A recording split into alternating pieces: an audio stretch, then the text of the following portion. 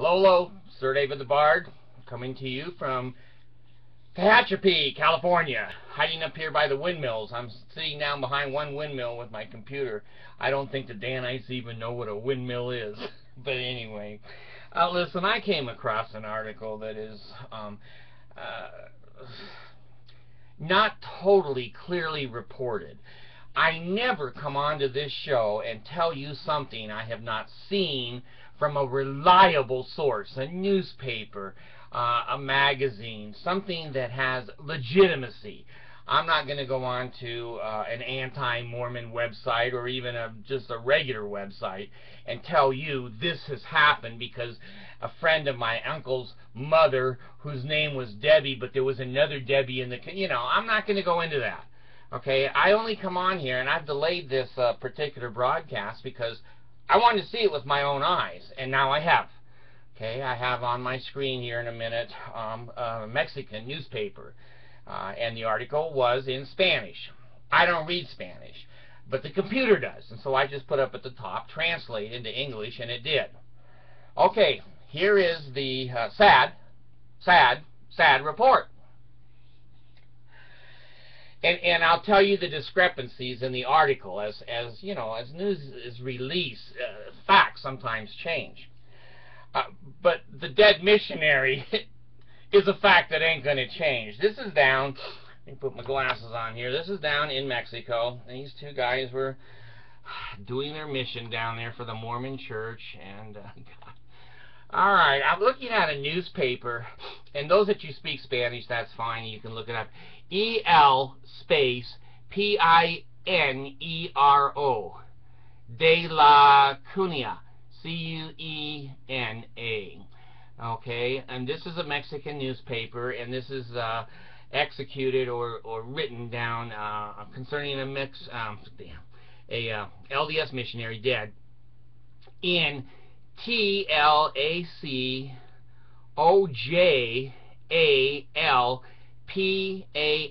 comma, V-E-R-A, Veracruz. I'm sorry, Veracruz.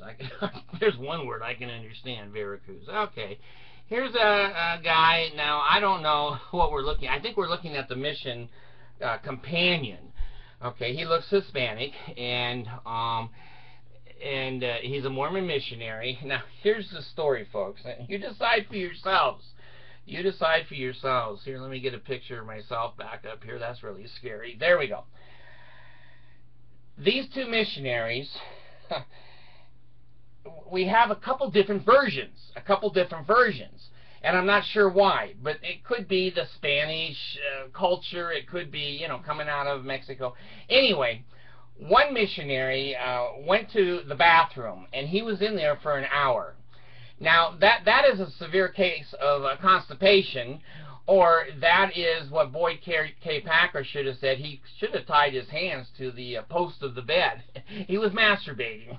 So anyway, I don't know. Maybe some BMs take an hour. I don't know. Anyway, he comes out of the bathroom. Now, this is his story. This is his story. And he told the police that his missionary companion was very prone to suicide. Well, I'm prone to suicide, and I haven't even been on a mission. I would be dead on the airplane going to the mission. I'm out of here.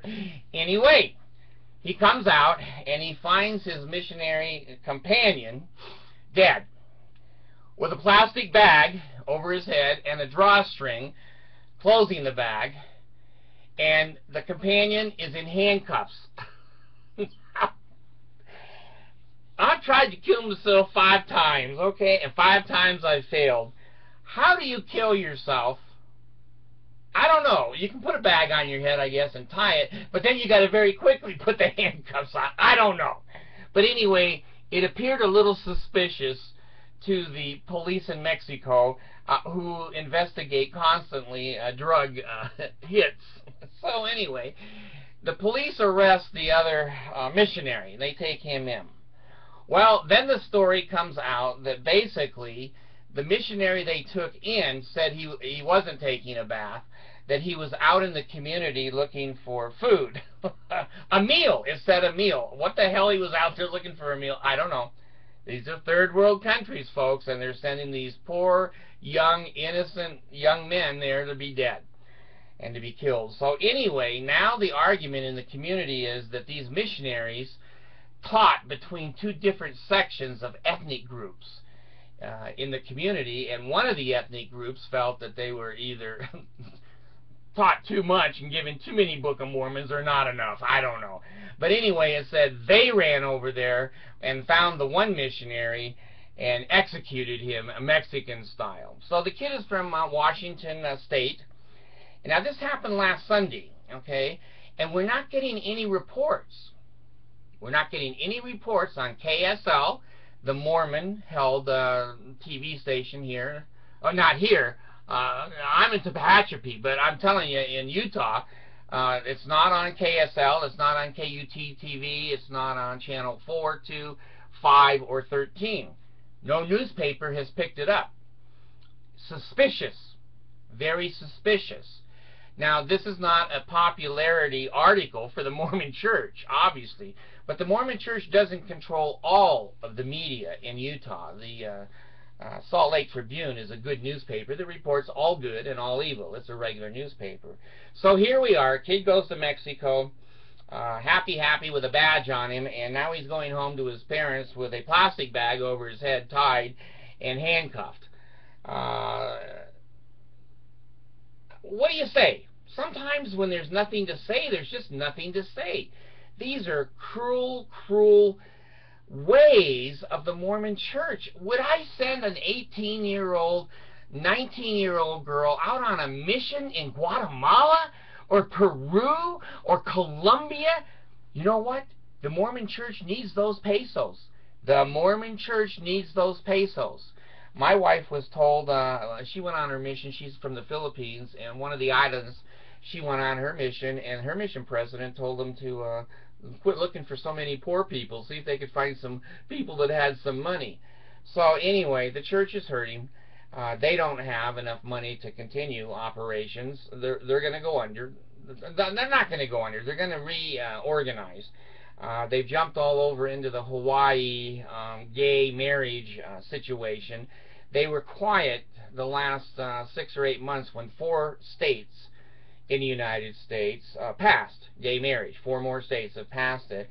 And the Mormons see that their ideas and their ways are outdated and that they're going to have to come in line or they're going to lose their tax exemption. So they jumped into Hawaii, and they read a letter over the podium, and it didn't say which way you should vote, but it did put the family proclamation in there, one man, one woman, and so they're saying to the world, well, we didn't tell them which way to vote, but they put the proclamation in with the letter. So they read that in sacrament meeting in Hawaii while we were having toilet cleaning instructions in Utah over the podium. So how can anyone say this is a church? How can you? We're not talking about Jesus. We're talking about pesos and Mr. Clean and Sudsy Man to clean the toilet, and we're talking about everything except religion. Well, here's where the Mormon Church sees it coming. Okay. In Utah, they have laws in Utah that you can't discriminate unless you're a religion. If you're a religion, you can discriminate all you want. Well, that's Utah and the way Utah Mormons see the world. Well, if these federal marriage acts go in, Utah law don't mean shit. They're going to have to marry people in their temple, or they're going to have to shut the damn temples down. They're going to have to issue marriage licenses for gay people, or they're going to have to shut those agencies down. So the Utah people hate the federal government because the federal government makes them do what they should do in the first place, but their religion and their bubble intelligence, it doesn't allow them. They think that they can stay tax exempt and spend billions and billions of dollars and never pay any taxes on it and tell gays, you're the hell out of here. You can't go to our temples. You can't do this. Same way with blacks. The reason that they shifted blacks to the priesthood in 1978 is the IRS was all over them on tax exempt clarifications. So the blacks amazingly got the priesthood. So the U.S. Church there continue to hold their 501(c)(3) exemption for taxes. Well, anyway, now it's the gays, and the Mormon Church sees it coming. The Mormon Church sees it coming. They're saying, you know, there's a what's it called? When you cross a border between states, full faith and fellowship, that's what it's called. So if you're married in Wisconsin, you're married in Utah. If you're married in Utah, you're married in Florida. Well, Utah and the Mormons have come up with a new bullshit thing. They don't recognize gay marriages at all. At all. Well, at the state level, they can pull that shit, but at the federal level, they'll never get away with it. So I'm going to predict here, probably in the next 5 years, you're going to see a huge IRS outrage, and the young people in this world, I admire the new generation coming up.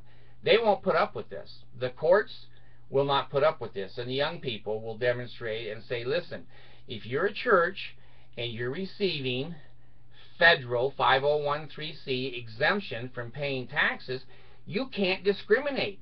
Schools can't that receive federal money. No one can discriminate. Now, what you're going to find is the IRS coming to the American people basically and saying the Mormon Church is the only church that basically excludes gay people from their temples. And we're going to disrupt their 501(c), and they're going to have to start paying taxes. And you know Mormons, they get revelation as soon as they see some of the money going out of their pockets. Jesus speaks right to Monson. He goes, holy shit, we're going to lose some money, Monson. Let the faggots in. It's okay. Let them in. Let them in. and on the lesbians, I like the same porn they do, so let them in too. Let them all in. So anyway, sad thing, American missionary murdered either by his companion or by other people in the community. His garments didn't save him worth shit, did it? They might have strangled him with his garments. I don't know. It said he had a tie around his neck. So anyway, I feel sorry for the family. My condolences to them. But you know what, Mom and Dad? You should have never sent that damn kid into Mexico, into drug country. I won't even go into Tijuana anymore. I won't even cross over the border there in California. And when we were on our cruise and stopped in Ensenada, we had to stay right on the bus.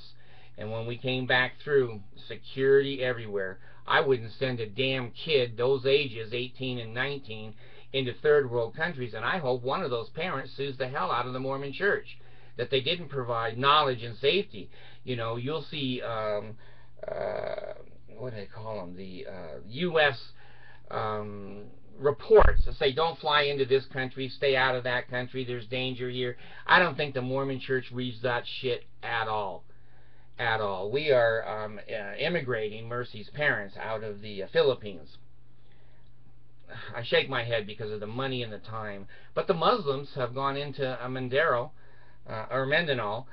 where they live, and they're moving up towards her parents, and the Philippine government has 2 helicopters, and they sent them down there, and I think they were throwing turds out the window of the helicopter. The Philippines does not defend itself well. It's Catholic because Cortez took it over. It's English because Americans took it over, and the Japanese also conquered them, and now the Muslims. So the Filipinos, they're just experts in different languages. They all speak 9 languages.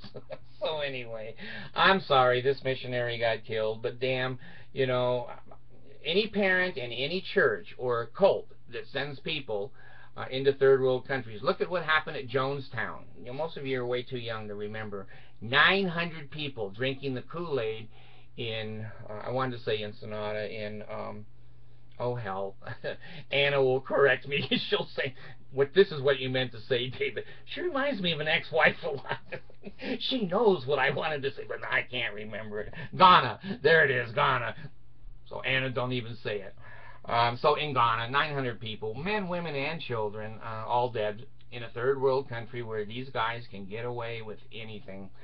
So, send your kids out into third worlds, give them a little badge, they come home with a plastic bag on their head and handcuffs. Praise to the man.